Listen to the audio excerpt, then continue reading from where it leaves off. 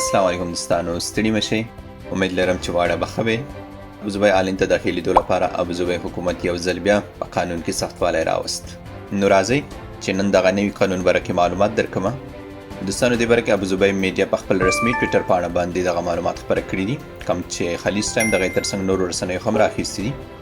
اوس کوم کسان چې آلین ابوظبي ته داخلیږئ نو تاسو باید لازمي په خپل موبایل کې الحسن اپ ولرئ. مخکې به د ټیسټ ریزلټ تاسو د اس ام اس په ترو ورته ښودی شو، خو اوس هغه نه منل کیږي. تاسو به لازمي الحسن اپ په خپل موبایل کې انسټالوئ. کله مو چې ټیسټ وکړو، که هغه پی سی آر یا ډي پی آی نو ریزلټ الحسن اپ ته ډایرکټ درته راځي. دغه اپلیکیشن یې ولې لازمي که د دې په وجه چې دغه اپلیکیشن له لارې هغه مسؤل کسان کوم چې په برډر باندې ولاړ وي دوی ته معلومات کیږي چې دغه کس امارات ته کله راغلی دی. مخکې به داسې وشول چې مسؤل کسانو ته به د ټیسټ ریزلټ اس ام اس په ترو وښودی شو، نو په هغه کې به هغو کسانو ته هم اجازه ورکړه کوم چې به نوي ملک څخه راغلي وو. نو د دې له وجې دوی الحسن اپ ضروري کړه تر څو دوی ته معلومات وشي چې دا کس کله امارات ته راغلی دی. ورسره کوم څوک چې ډي پی آی یا د وینې ټیسټ وکړي هغه موده اوس د 48 ساعتونو څخه 43 ساعتونو ته راغله. مخکې به چا چې دا ټیسټ وکړو نو هغې موده به 48 ساعته وه، خو اوس یې 43 ساعتونو ته راټیټه کړه. او ورسره که چیرې یو پیره ته په همدغه ټیسټ ابوظبي آلین ته داخل شوې نو دوباره تاته په همدغه ټیسټ اجازه نه درکوي کېږي چې ابوظبي آلین ته داخل شي. کوم څوک چې په دغه ټیسټ باندې ابوظبي آلین ته داخل شي د نوي قانون له مخې به د درېیمه ورځ لازمي پی سی آر یا د پوزې ټیسټ کوي، او ورسره به اوومه ورځ. دوستانو دا خبره یو ځل بیا درته تکراروم، اوس د ډي پی آی یا د وینې ټیسټ موده 43 ساعتونو ته راټیټه شوه. که چیرې هم تاسو یو پیره په همدغه ټیسټ ابوظبي آلین ته داخل شوئ نو دوباره تاسو ته اجازه نه درکوي کېږي چې په همدغه ټیسټ ابوظبي آلین ته داخل شئ.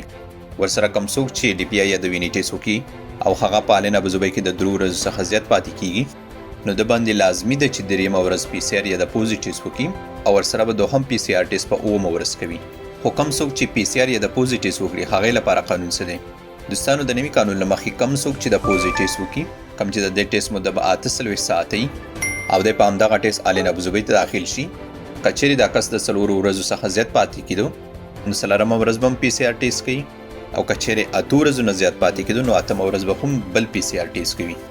دا خبره یو ځل بیا درته تکراروم، کوم څوک چې پی سی آر یا د پوزې ټیسټ وکړي کوم چې هغې موده 48 ساعته ده او د آلین ابوظبي ته داخل شي، که چیرې د 4 ورځو څخه زیات وخت تېروو نو 4مه ورځ به هم پی سی آر ټیسټ کوي، او که چیرې د 8 څخه زیات تېروو نو 8مه ورځ به بل پی سی آر یا د پوزې ټیسټ کوي.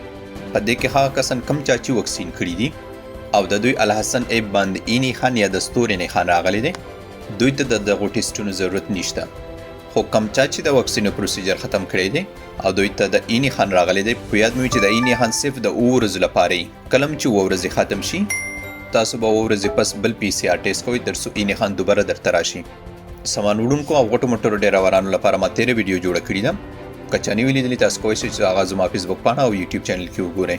نو الله دې وکړي چې دغه معلومات تاسو ته ګټور تمام شوي وي. د نورو داسې معلوماتو لپاره تاسو احمد افشل یوټیوب چینل او فیسبوک پاڼه تعقیبوئ. انشاءالله چې زه به هم په وخت خبره وم. که چیرې احمد افشل یوټیوب چینل ته نه وئ نو دا د زنو سره ضرور سبسکرایب کړئ، او که احمد افشل فیسبوک پاڼې ته نه وئ نو دا ضرور در سره فالو کړئ.